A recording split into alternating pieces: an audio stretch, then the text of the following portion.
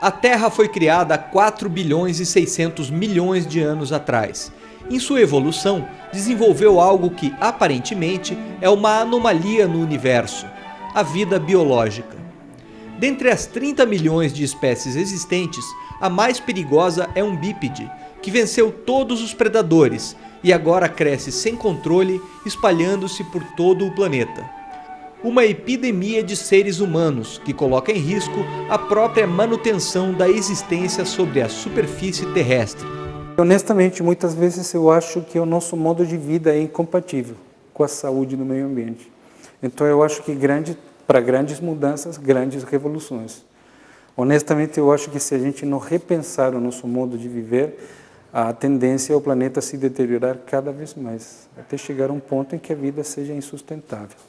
A chaminé fumegante, símbolo do progresso desde a Revolução Industrial, em meados do século XIX, hoje é encarada como ícone do perigo. Grande parte dos problemas ambientais que a gente verifica no presente momento são oriundos da ação ou de resíduos industriais ou de resíduos conhecidos como resíduos domésticos. Quando eu falo de resíduo doméstico, estou falando de esgoto, lixo doméstico, que é um problema sério porque as quantidades produzidas são cada vez maiores. O que fazer com esses resíduos é um problema sério. E resíduos industriais de toda ordem, porque nesses anos de experiência eu posso dizer a vocês de que não existe nenhum processo industrial que seja livre de resíduos.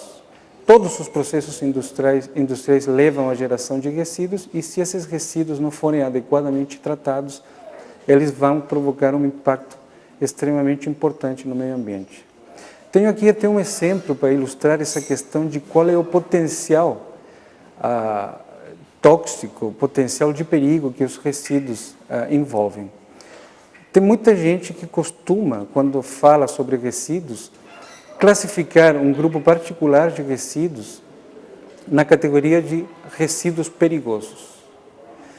Em princípio, eu acho que isso é uma denominação inadequada, uma vez que qualquer resíduo, se não tratado adequadamente ou não disposto adequadamente, ele pode apresentar um potencial tóxico, um potencial prejudicial de grandes proporções para o ecossistema como um todo. E aqui, a título de ilustração, um exemplo. Sal de cozinha, por exemplo. Todo mundo costuma utilizar nas suas casas, às vezes em grandes quantidades, e nós sabemos que o sal de cozinha, constituído de cloreto de sódio, ele não apresenta toxicidade, tanto que nós consumimos no dia a dia. Entretanto, eu desafio alguém a consumir um pacote de 1 quilo de sal, para ver o que acontece. Então, é um exemplo simples para ilustrar. Embora cloreto de sódio não seja tóxico, se ele tratado, manuseado, consumido de uma maneira inadequada, ele oferece sérios riscos à saúde. Dar um destino ambientalmente mais adequado para os poluentes é o trabalho do Grupo Tecnotrater, do Departamento de Química da Universidade Federal do Paraná. Todos nós já ouvimos falar com relação à poluição ambiental, dos fenômenos globais de aquecimento global, chuva ácida e por aí vai.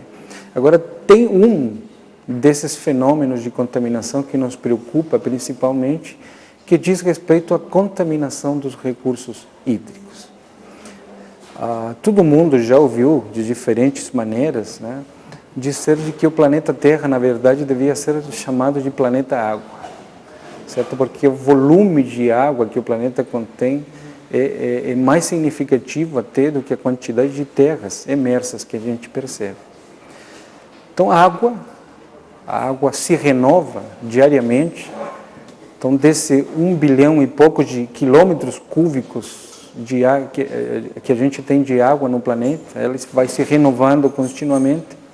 Então, embora a gente receba essas notícias de seca no Nordeste, seca em tal região com certa preocupação, achando que a água está acabando, na verdade o volume de água se mantém mais ou menos constante no planeta. O problema principal é que desse 1 bilhão e pouco de quilômetros cúbicos de água, a quantidade realmente disponível para consumo humano é bastante pequena. Então, grande parte dessa grande quantidade de água está constituída de água salgada, por exemplo. imprópria para consumo humano. E menos de 2% de água doce que pode ser utilizada para o nosso funcionamento do dia a dia. E, infelizmente, ainda dessa quantidade já pequena, 2% do total, apenas valores inferiores a 1% são realmente disponíveis para a gente. Porque grande parte da água doce que poderia ser utilizada está presa, por exemplo, nas geleiras. Dificilmente pode ser explorada através de processos que sejam viáveis do ponto de vista econômico. Então, a quantidade de água no planeta realmente disponível para satisfazer as nossas necessidades é bastante pouca. E o pior de tudo é que a qualidade desses recursos hídricos está sendo cada vez mais comprometida, por conta, de novo, da geração de resíduos industriais, resíduos domésticos, que, não sendo adequadamente tratados, vão poluir os nossos recursos hídricos. Essa é uma coisa extremamente importante que precisa ser discutida a fundo, porque no presente momento existem muitos países com sérios problemas de distribuição de água. Todos nós fazemos uso de grandes volumes de água durante o dia. Eu acho que ficaria difícil para um de nós pensar o que seria uma semana da nossa vida sem dispor de água. Pois saibam, senhores, de que existem países que têm escassez crônica de água. E se a gente continuar poluindo, se a gente não pensar de uma maneira preservacionista, se a gente não pensar em mecanismos que permitam preservar a qualidade da nossa preciosa água, a gente daqui a pouco, daqui a anos, décadas talvez, a gente vai se transformar nesses países que têm uma escassez crônica da água.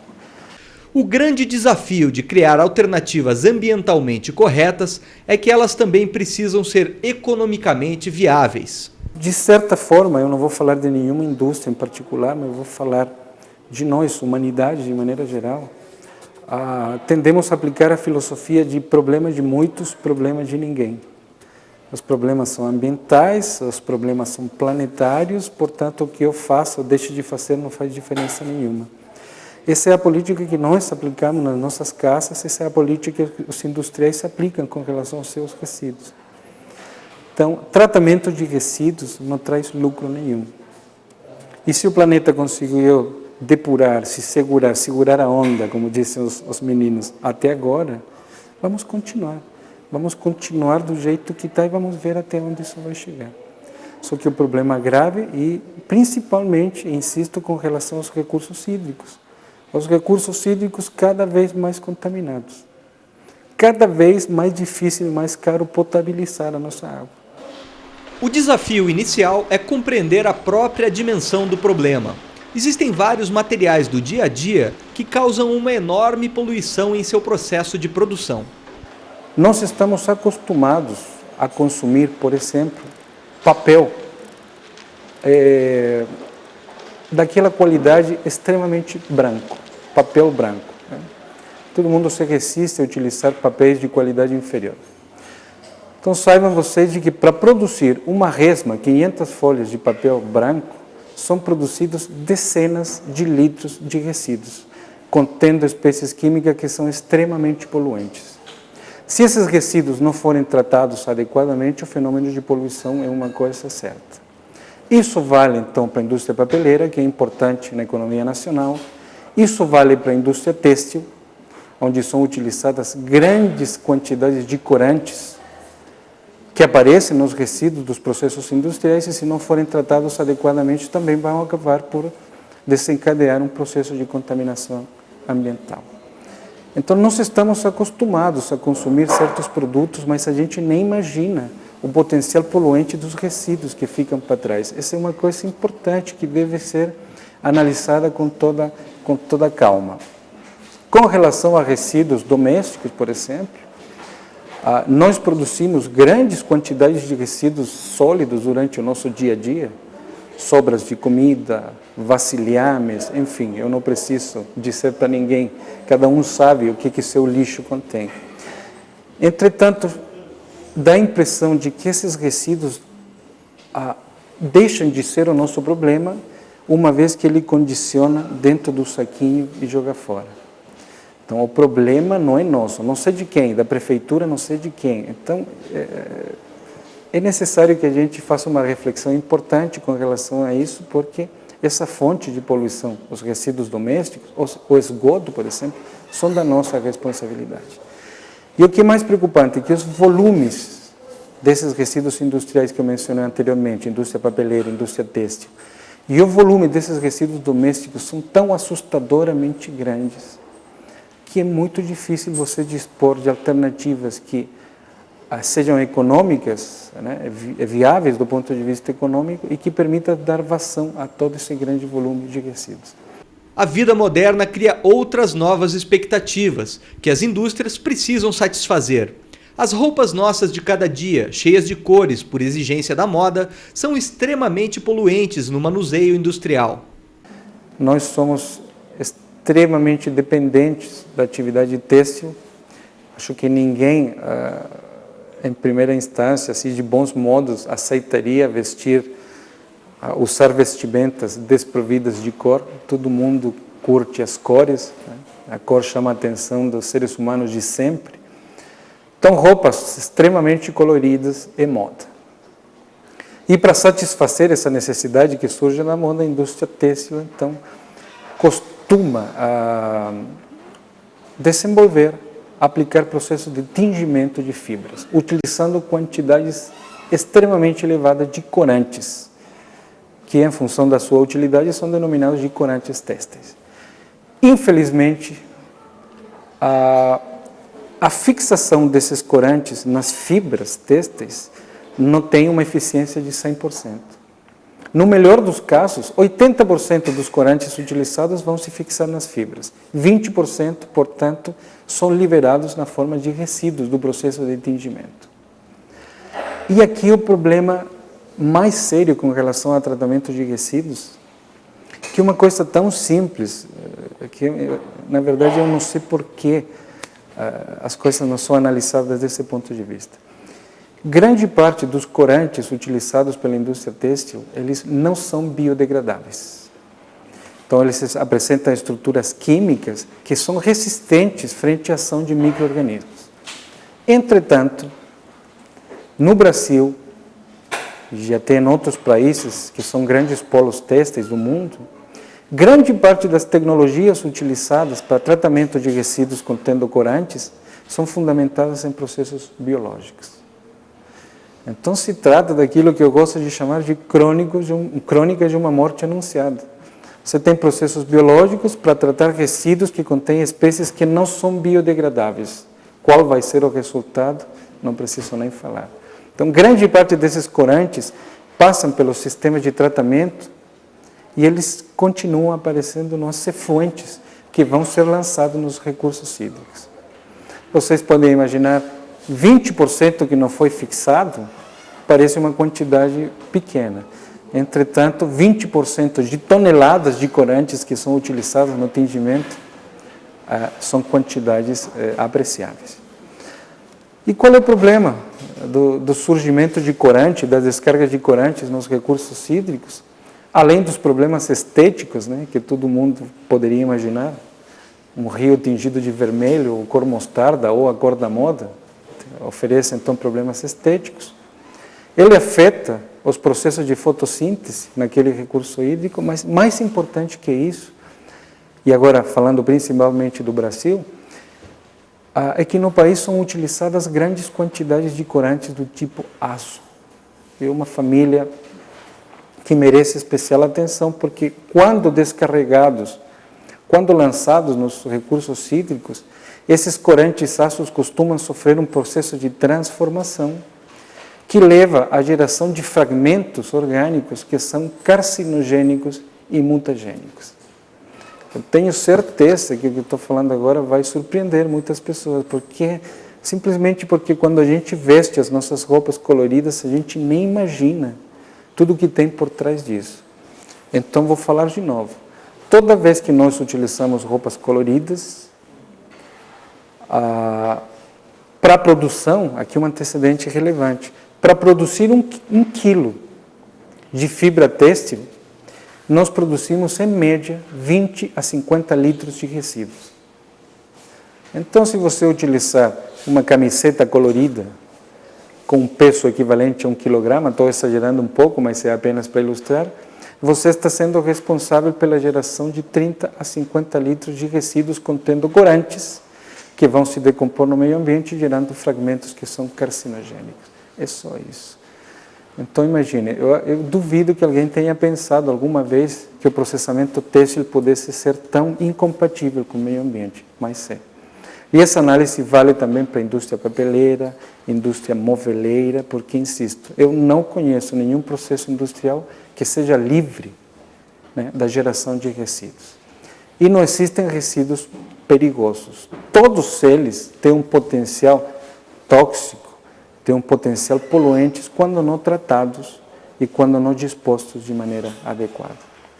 Para o grave problema, uma solução simples: passar o material por uma coluna metálica, termo técnico para traduzir um material simples. A palha de aço que todo mundo usa na cozinha é suficiente para retirar toda a sua toxicidade.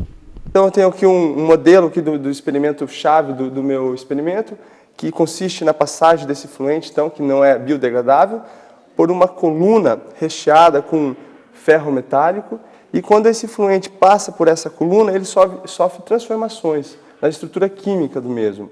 E essas transformações, a primeira transformação aqui que a gente vê é a ausência de cor. A hora que ele entra na coluna, ele possui essa coloração, nesse caso desse fluente aqui, azul, e sai sem essa coloração. E o mais importante de tudo, durante essa transformação, além de a gente diminuir esse impacto visual, então, do fluente, essas modificações na estrutura química diminuem ou reduz totalmente o potencial carcinogênico e mutagênico desse material. E permite que esse material agora, apesar dele ainda ter alguma carga orgânica, ser repassado para tratamentos convencionais, como o processo biológico. Então, seria uma forma de associar dois processos, utilizando uma tecnologia nova e uma tecnologia que já existe implantada nas indústrias, a um custo relativamente baixo, porque esse material aqui consiste em ferro metálico de uso comercial, então é o que a gente costuma chamar de lã de aço carbono, material bastante econômico. Essa ideia a gente encaminhou a patente dela, tá? Então está em processo de conclusão esse trâmite. Então é uma tecnologia bastante simples, viável, já foi testada exaustivamente aqui para o nosso grupo, a gente já provou a capacidade desse material, já publicamos alguns artigos científicos demonstrando esses dados. E o mais interessante, então, é que além de ser efetiva, há um custo bastante baixo.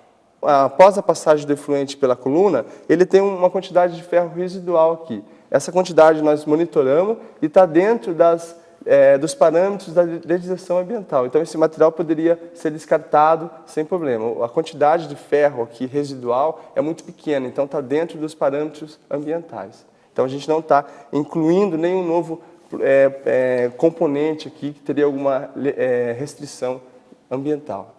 Existe, durante materiais que têm um potencial, que a gente chama de potencial de oxirredução, que seria um potencial de troca de elétrons. Então, alguns materiais têm uma característica de ganhar elétrons, outros têm uma característica de doar elétrons. Como todo mundo que já lembra do segundo grau, as aulas, a gente tem a tabela periódica. E os metais, geralmente, eles são doadores de elétrons. Então, esse material ele tem a capacidade de doar elétrons para o corante, e durante essa transferência de elétrons aí vai ocorrer quebras, modificações na sua estrutura. A gente está primeiro patenteando, publicando nós estamos mais nessa área acadêmica ainda. Nosso próximo passo agora é aumentar a escala disso aqui. E aí a gente está de portas abertas, né, para ajudar, auxiliar e tentar implantar essa tecnologia no dia a dia. Haverá eventualmente algum problema na ampliação da escala? Aí, agora, o nosso próximo passo é justamente estudar isso. Se ele vai se comportar da mesma maneira do que em pequena escala. Então, primeiro estudo a gente desenvolve em pequena escala, depois, para mais econômico, né, o processo, porque a gente usa pequenas quantidades de materiais. Após essa etapa, a gente amplia daí para verificar se essas condições vão ser mantidas ou não. Outra técnica pode ser agregada ao processo ou usada de forma independente.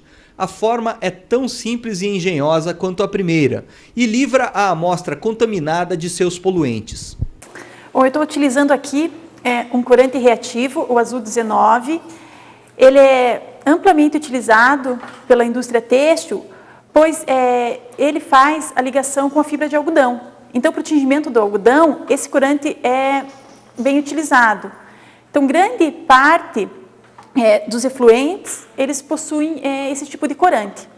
Então, aqui a gente vai estar tratando pelo processo que a gente chama de processo Fenton, que utiliza ferro 2 e peróxido de hidrogênio, que vai gerar, sim, um radical hidroxila que vai oxidar a matéria orgânica, vai oxidar a molécula do corante, quebrando as suas ligações até a sua mineralização, que é até CO2 e água, que daí é descartado para o efluente sem nenhum problema.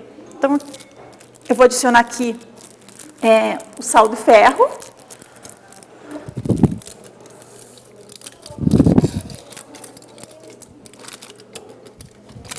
A grande vantagem desse sistema é que é um sistema homogêneo, né? Então, e o custo também é bem baixo, porque só utiliza ferro e peróxido. E a reação também é rápida. Então, aqui, eu estou colocando uma concentração determinada de peróxido e já começa a ocorrer a reação. Tá? Então, aqui, a estrutura química da molécula, né, está sendo destruída, está sendo quebrada a molécula, por isso que ocorre a descoloração. Há um aquecimento? Não, isso aqui só é uma placa de agitação, não tem aquecimento nenhum. Tá? Então, é bem rápido, né? A reação ocorre rapidamente. E a partir daí ele pode ser lançado? Quando a esse sistema que eu realizo no meu projeto, a gente associa também um tipo de radiação, que pode ser a radiação solar, que a eficiência da degradação do corante aumenta. Então, se sobrou alguma molécula ainda que não foi degradada, com o auxílio da radiação, ocorre a total degradação dela e aí pode ser descartado sem nenhum problema. E a gente está fazendo isso utilizando a luz solar. E os resultados também são bastante positivos. Não é por falta de alternativas geradas pela ciência universitária que a indústria vai continuar com seus processos arcaicos. A radiação, a mesma produzida num prosaico forno de micro-ondas, também é capaz de livrar nossa água e o meio ambiente de seus poluentes. Eu tenho uma solução de qualquer poluente orgânico, né? Então ele serve para degradar qualquer matéria orgânica, onde eu coloco na solução peróxido de hidrogênio e eu forneço uma energia, né? No caso, radiação ultravioleta, para quebrar essa molécula de hidrogênio, gerando o radical hidroxila, que é o principal agente oxidante da matéria orgânica. Quando nós estamos utilizando um processo V-peróxido, normalmente nós fazemos isso em pequena escala. Então, nós utilizamos esse reator aqui, que tem uma dupla parede aqui de vidro, onde aqui dentro eu tenho um gás de mercúrio, né, no estado vapor. Então, a utilização da radiação de micro-ondas faz com que gere, então, uma energia suficiente para quebrar a molécula de peróxido de hidrogênio e gerar o radical hidroxila, que é a principal espécie que vai oxidar a matéria orgânica. No nosso caso aqui, o que nós utilizamos foi um corante, né? Então, esse radical hidroxila vai, então, oxidar, quebrar, né, a estrutura em algumas partes, fazendo com que a coloração seja diminuída, né? Como vocês puderam observar, então, a descoloração desse corante azul que nós utilizamos foi possível reduzir mais que 50%, né? Deixando apenas 30 segundos aqui dentro do reator. Se nós quiséssemos reduzir totalmente a cor, nós deixaríamos, então, mais tempo. Então, quando nós estamos otimizando, né, o processo, ou seja, um determinado poluente numa certa concentração, nós temos que ver, então, o quanto que nós vamos colocar de peróxido de hidrogênio e o tempo necessário para que essa reação ocorra para obter a total mineralização do composto, ou seja, até chegar a CO2 e água. há necessidade de investir em novas tecnologias. Algumas delas extremamente simples, algumas delas extremamente econômicas. Entretanto, há uma resistência crônica por parte da indústria a modificar o que já está sendo utilizado. Então, normalmente, quando a gente visita as indústrias solicitando apoio para a gente poder ultrapassar a escala de bancada, entrar numa escala piloto, nem digo processo industrial propriamente tal, mas dificilmente a gente consegue apoio para chegar a uma escala piloto. Não há interesse por parte da indústria, porque modificar esses processos de tratamentos é bastante oneroso. A única saída é a conscientização das pessoas para que exijam novas normas e uma fiscalização mais eficiente, ao mesmo tempo em que mudam seu comportamento pessoal. O que as indústrias podem fazer? Aplicar tecnologias eficientes. O que nós podemos fazer? Tentar desenvolver tecnologias cada vez mais eficientes e econômicas, viáveis, né, do ponto de vista econômico.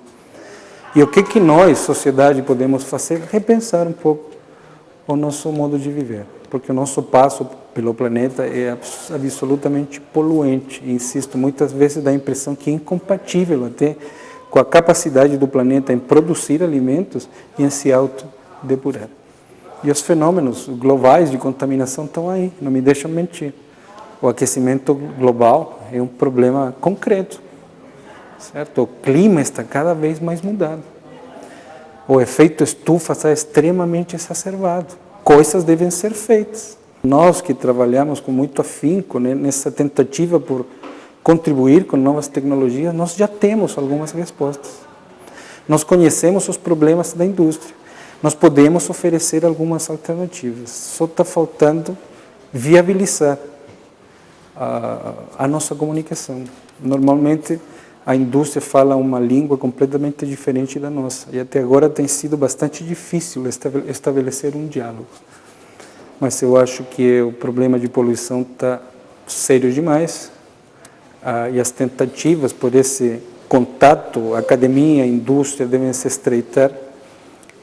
Senão, o problema de poluição vai continuar nos afetando dia a dia, de maneira crônica e de maneira covarde, e vai acabar acarretando sérios problemas de saúde.